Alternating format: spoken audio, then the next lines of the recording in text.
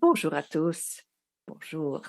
Je suis Perrin Biti, président directeur général de la Chambre de commerce du Canada. J'ai le plaisir de vous accueillir à notre sommet annuel des femmes en affaires. Bienvenue au sommet des femmes d'affaires en affaires.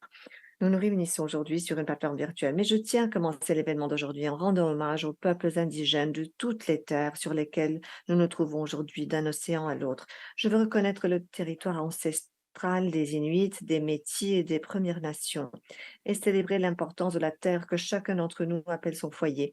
Nous le faisons pour réaffirmer notre engagement et notre responsabilité dans l'amélioration des relations entre les nations, dans un esprit de réconciliation et de collaboration.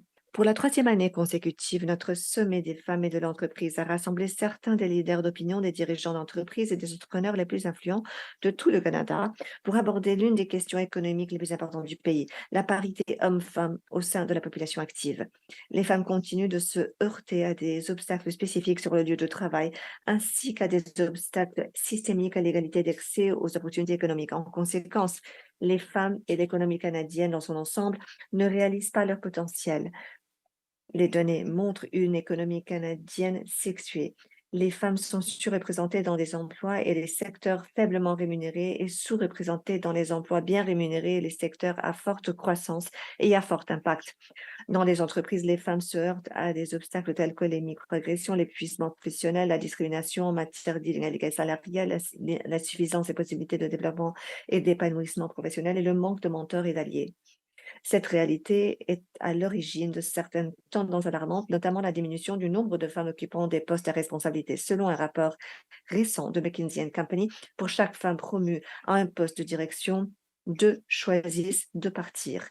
Il en résulte un rétrécissement du vivier de dirigeants qui nous fait courir le risque de perdre également la prochaine génération de femmes dirigeantes.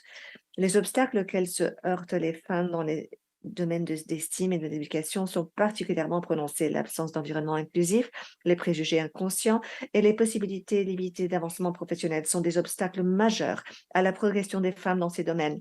C'est d'autant plus troublant que nombre de ces secteurs sont appelés à connaître une croissance incroyable grâce aux transformations vertes et numériques poursuivies par les gouvernements ici et dans le monde entier. Les femmes canadiennes doivent profiter de ces opportunités. Alors que le Canada continue de se débattre avec une croissance économique anémique et une pénurie de main-d'œuvre sans précédent dans presque tous les secteurs, nous ne pouvons pas nous permettre d'ignorer ces obstacles. Il est urgent de combler le déficit de productivité, d'innovation et de compétences critiques au Canada. Notre croissance et notre prospérité à long terme dépendent de notre capacité à maximiser la participation de chaque Canadien à notre économie. Aujourd'hui, les preuves sont accablantes.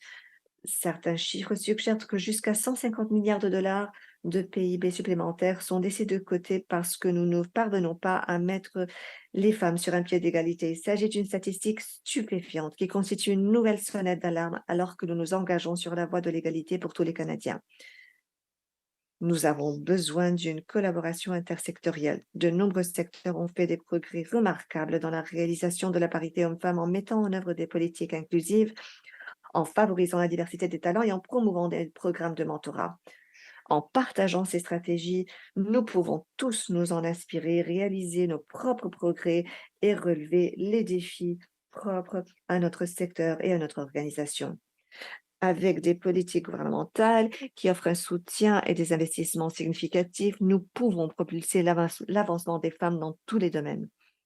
Aujourd'hui, nous entendrons des Canadiens inspirants qui ont une connaissance approfondie des défis auxquels sont confrontées les femmes dans le monde des affaires et dans notre économie en affaires. Qu'il s'agisse de la participation des femmes dans les secteurs à forte croissance, des cadres supérieurs, du leadership ou de l'expérience des femmes entrepreneurs dans les secteurs traditionnellement dominés par les hommes, nous serons en mesure d'écouter, d'apprendre et de recueillir des stratégies et des outils utiles.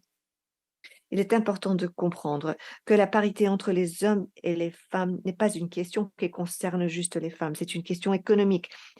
Faire porter le fardeau de cette question aux seules femmes, c'est mettre en péril le bien-être économique de notre pays et c'est rendre un bien mauvais service à nos concitoyens canadiens. Le Canada ne peut atteindre une croissance et une prospérité durable à long terme sans reconnaître, cultiver et conserver les talents des femmes. Nous avons tous un rôle à jouer Et nous savons que le gouvernement et les entreprises canadiennes peuvent travailler ensemble pour créer une économie inclusive et performante et des communautés prospères. Alors, merci à tous de vous être joints à nous. Nous nous apprêtons tous à vivre une journée productive et inspirante. Pour commencer, j'ai le plaisir de laisser la parole à Tina Ackermans. Tina est vice-présidente de la stratégie et du développement de l'entreprise à Suncor et c'est elle qui introduira notre première discussion au coin du feu aujourd'hui. Tina, c'est à vous.